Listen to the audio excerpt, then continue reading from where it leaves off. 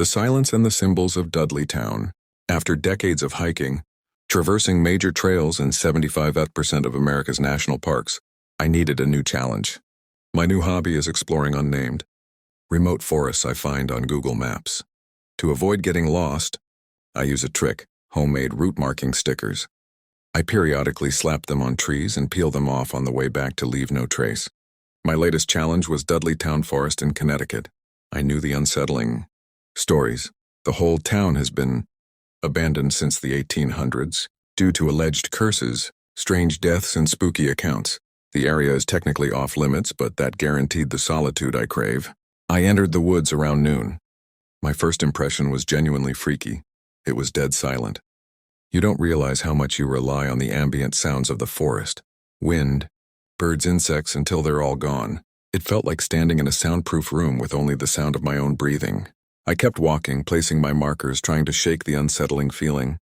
I was honestly hoping to see any sign of life, even a person. When the silence finally stopped bothering me and I felt calm, the peace didn't last. Out of nowhere, I picked up a sound that sent the anxiety rushing back. A wailing, moaning sound.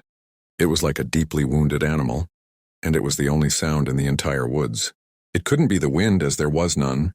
I concluded it was likely an injured animal, even though I knew instinctively it wasn't, and kept walking until the sound faded.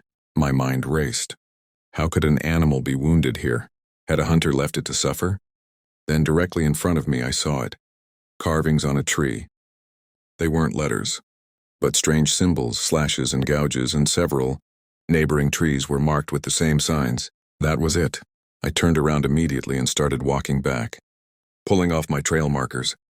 I followed my markers until I saw something I was sure hadn't been there before. What looked like a bear's den or cave up ahead. I stopped, confused. I know my own memory. There was zero chance I would have missed a cave. Then the horrifying realization hit me. My trail markers should have been at shoulder height, but the ones I was seeing now were at... My blood ran cold. Someone had moved my stickers, creating a false trail to lure me toward the cave. How could someone have been tracking me this entire time? I started sprinting, not caring about noise. The silence of the forest, broken only by my frantic breathing and thumping footsteps, was terrifying. With my markers compromised, I was lost. I stopped to catch my breath and pulled out my phone. One bar. I checked the map, found my car's location, and got a direction of travel. Just as I started moving, the signal dropped. But I knew where to go, and that's when the wailing started up again, twice as loud, right behind me. I ran faster than ever. The sound seemed to be closing in, but every time I turned my head, I saw nothing. After the most terrifying 10 minutes of my life, I finally reached the edge of the forest. The wailing stopped abruptly. I jumped into my car and sped away. My rational mind suggests a local hermit or woods freak noticed me, messed with my markers, and used a loud whistle or other device to make that wailing sound and drive me toward the cave. I know there are holes in that explanation, like maintaining a full-speed run while continuously blowing a loud whistle, but I still can't explain it. Whatever the reason, that forest is definitely off limits.